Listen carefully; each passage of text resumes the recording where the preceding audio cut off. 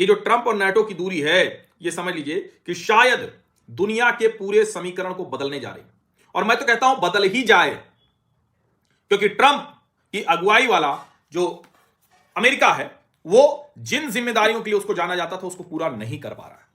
और देखिए, जो ब्रिक्स कंट्रीज हैं, अभी खबरें ये भी आ रही हैं कि वेनेजुएला में जो रशियन इंटरेस्ट हैं, उनका जो एक वहां टैंकर खड़ा हुआ है, वहां सबमरीन लग गई हैं, एक तरह से कहें कि युद्ध जैसी स्थिति हो गई। अब ये तो नहीं चलेगा ना कि वेनेजुएला से कोई और तेल न खरीदे, उस पर तो आप सैंक्शन लगा देंगे और आप कब्जा करके तेल बेचेंगे, बेचकर कहेंगे कि हम वेनेजुएला और यूनाइटेड स्टेट्स ऑफ अमेरिका के हितों के लिए इस पैसे का इस्तेमाल करेंगे। दूसरे देश क्यों नहीं भाई?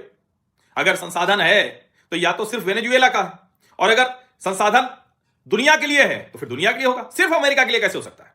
और इसीलिए मैं कह रहा हूं कि इसका दुनिया में कोई बुरा प्रभाव नहीं पड़ने जा रहा है नेटो के हट जाने का। टूट जाए नेटो बड़ा जरूरी है, क्योंकि ट्रंप जैसे व्यक्ति की अगुवाई में कोई भी ढंग का संगठन चल नहीं सकता है।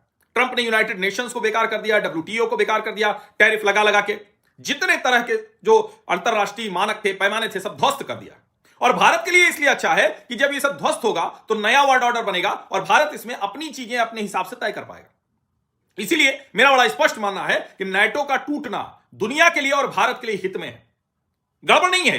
यह अच्छा होगा कि नाटो टूट जाए और नाटो के जो देश हैं उन देशों की अपनी अलग अलग प्राथमिकता हो जाए।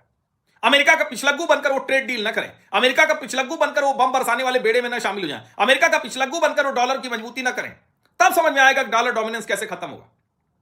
ये बहुत जरूरी है। तो मेरा तो बड़ा स्पष्ट मानना है, नाटो टूटे, नया वर्ल्ड ऑर्डर बने, भारत इसमें अपनी भूमिका तय करेगा। वैसे भी डोनाल्ड ट्रंप जिस तरह के बड़बोले व्यक्ति हैं, उसमें भारत का कोई बहुत भला तो होता हुआ दिख नहीं रहा है।